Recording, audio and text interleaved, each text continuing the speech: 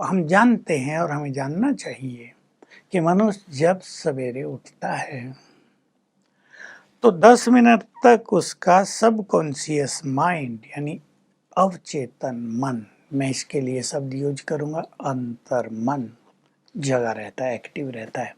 और सोने से पहले भी वो जगना प्रारंभ हो जाता है। जैसे जैसे हम नींद की ओर बढ़ते हैं एक्टिव हो जाता है हमारा अंतर मन। अब ये दो टाइम हमारे पास बहुत ही सुंदर हैं जीवन के, और जो योग अभ्यास करते हैं, राजयोग मेडिटेशन करते हैं, उनके लिए वो समय भी बहुत सुंदर होता है जब उनकी अच्छी एकाग्रता हो जाए, मन शांत होकर परमात्म स्वरूप पर स्थिर हो जाए, तब भी उनका अंतर मन जागृत हो जाता है। तो हम इन चीज़ों का फायदा उठाएंगे।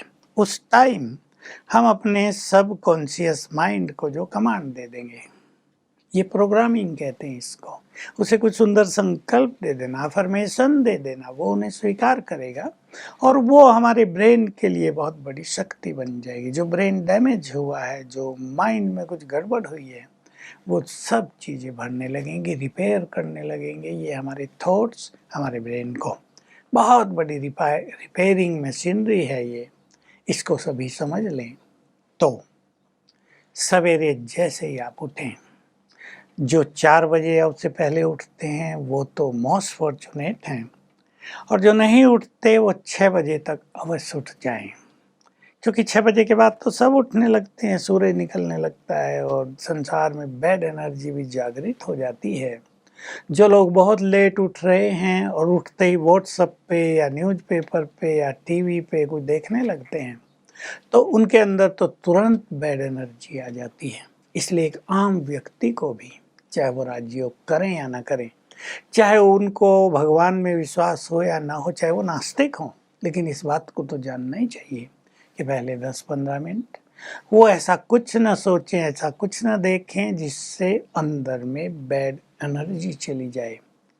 युवकों को आदत होती है उठते ही व्हाट्सएप देखने लगना, चेक करने लगना, क्या क्या मैसेज आए, क्या फेसबुक पे आया, स्टेटस पे क्या क्या है।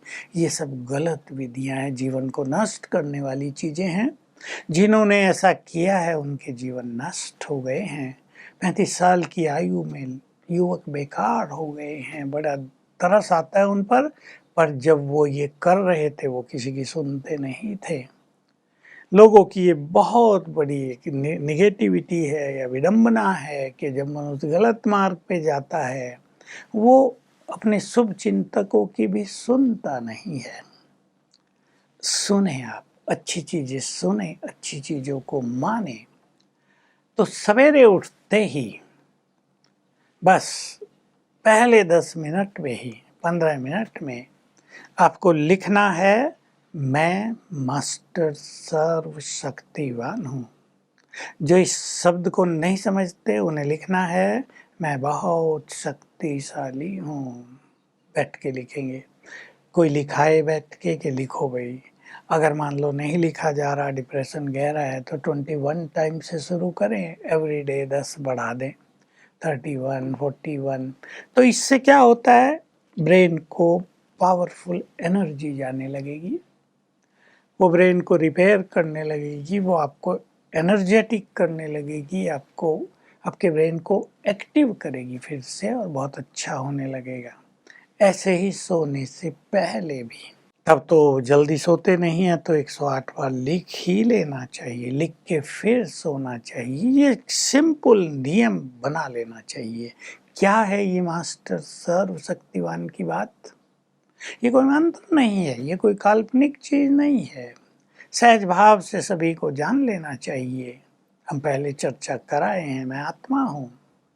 मन बुद्धि संस्कार मेरी 3 शक्तियाँ हैं, फैकल्टीज हैं। हमें तीनों को ठीक करना है और हम भगवान के बच्चे हैं। हम उसे परम पिता कहते हैं ना, माता पिता कहते हैं, गॉड फादर कहते हैं, कोई उसको मालिक कहता है। हम उसकी संतान हैं। जो मालिक कहते हैं वो भी मानते हैं कि रूहों को परमात्मा ने गढ़ा है, तो हम उसकी संतान हो गई ना, उसकी रचना हो गई। तो जो शक्तियां उसमें हैं उसका बहुत बड़ा हिस्सा हम में भी होता है। एक कारीगर एक सुंदर चीज बनाता है, एक पेंटर आर्टिस्ट एक बहुत सुंदर पिक्चर बनाता है, वो परफेक्ट है तो उसकी पिक्चर भी परफेक्ट होगी ना। भगवान ने हमें बनाया है तो परफेक्ट बनाया था, गड़बड़ हमने की है। चलते चलते हम सब कुछ भूल गए, हिंसक हो गए, नॉन वेजिटेरियन हो गए, बुरे काम करने लगे, नेक काम करना भूल गए, तो ये चीजें हमसे विस्मृत हो गई। तो हम सर्वशक्तिवान भगवान की संतान हैं, ये सत्य सभी स्वीकार करें।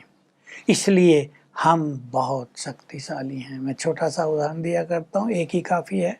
टाइगर का बच्चा तो टाइगर ही होगा ना, गिदड़ तो नहीं होगा, डरपोक तो नहीं होगा, भयभीत तो नहीं रहेगा।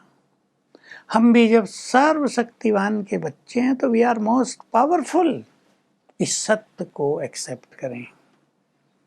जो इसको एक्सेप्ट नहीं करेगा उसका डाउनफॉल होता ही जाएगा, ये सत्य है।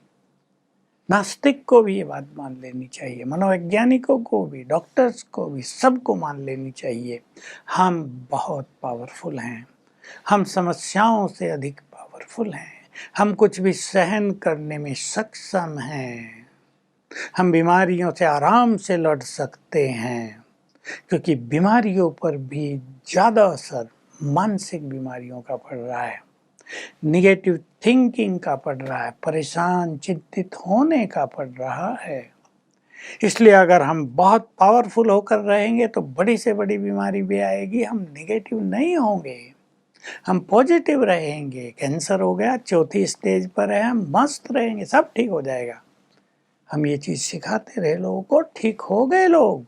जिनको डॉक्टर ने कहा था बस पूरा हुआ खेल, वो 10 साल जिए। तो अपने मनोबल को बढ़ा चढ़ा के रखना है।